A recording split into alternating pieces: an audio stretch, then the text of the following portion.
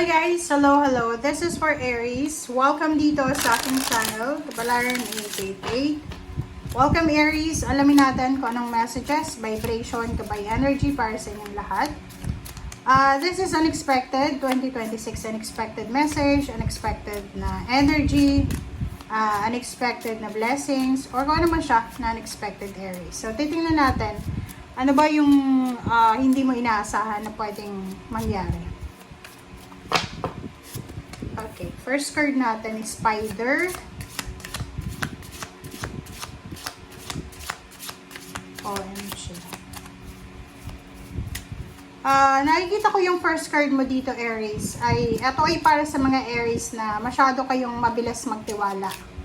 Yung mga Aries na hindi kayo pumipili ng mga taong pakikisamahan. Mga Aries na mahilig makipagkaibigan sa mga bad influencers.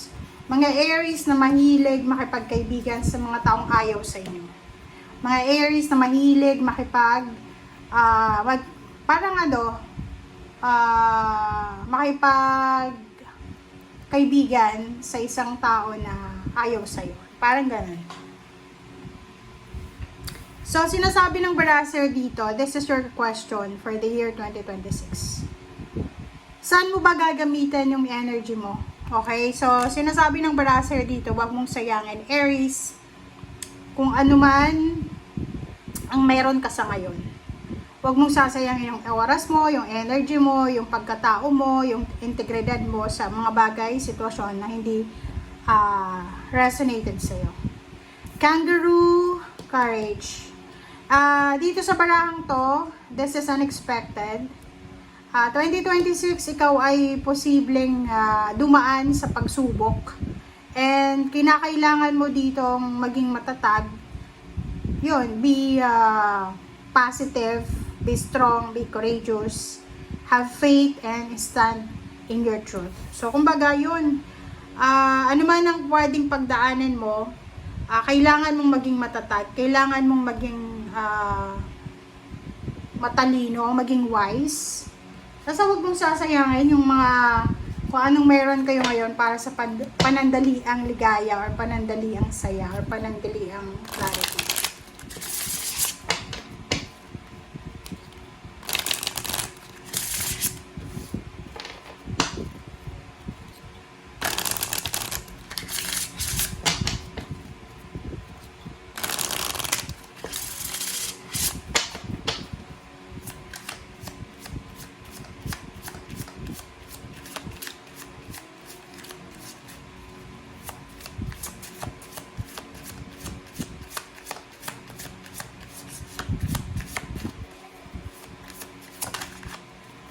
Okay. Answered prayer. Wow. So, congratulations sa lahat ng Aries kasi isa sa mga unexpected na pwedeng mangyari sa'yo sa 2026 is answered prayer. So, mayroon kang pinagpipray, mayroon kang minamanifest, mayroon kang ina-affirm na posibleng mangyari na. So, congratulations sa'yo in advance kasi makukuha mo na, sasagutin ka na ng universe lahat ng katanungan mo. Okay.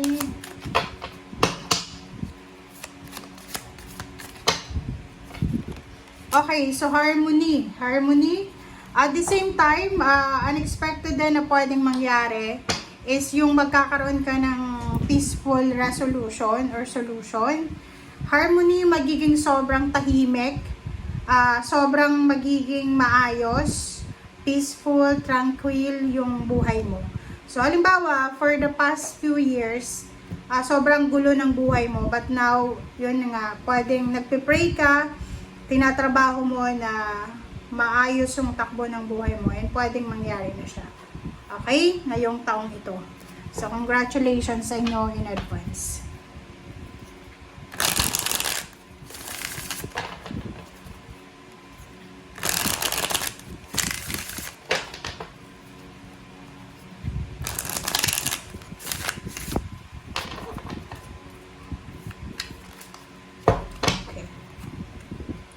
First card natin.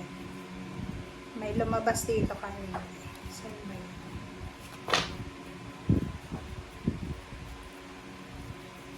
Okay, this one. Okay, Prince of Wands. Wow. Unexpected love life, unexpected friendship, isang unexpected na exciting na pangyayari ang posibleng darating sa'yo, Aries. Unexpected na job offer, unexpected relationship, wedding. Basta mayroon kang answered prayers ngayon na 2026. Okay, wow. Six of Wands.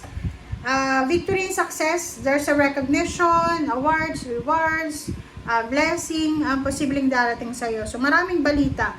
Marami kang, yung Prince of Swords, tsaka Eight of Wands, pareho lang yung message nila, na you need to prepare yourself. Okay? Prepare yourself, Aries, kasi merong hindi inaasahan na balita or confirmation or kung ano man ang posibleng darating sa'yo.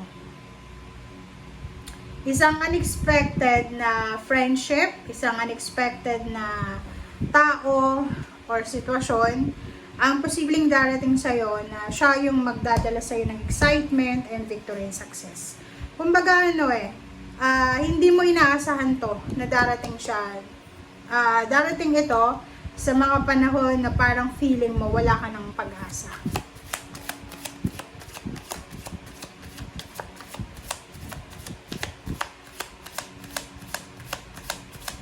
Okay. Next card natin is Six of Swords. Travel. Sinasabi ng baraha dito, mayroong mga Aries na makakatanggap ka ng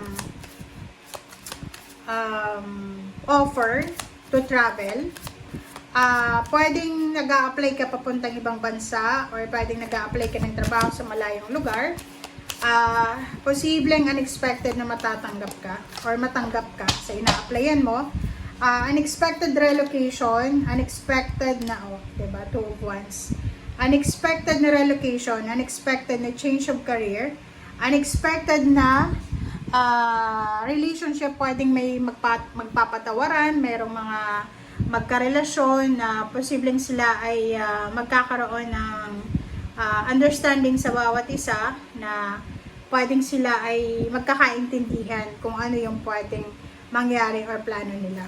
Okay? So, this Two of Wands and Six of Swords, sinasabi ng baraha na isa din na unexpected is yung mga choices and options. Lalo yung iba sa inyo dyan, dati wala kayong choice and option.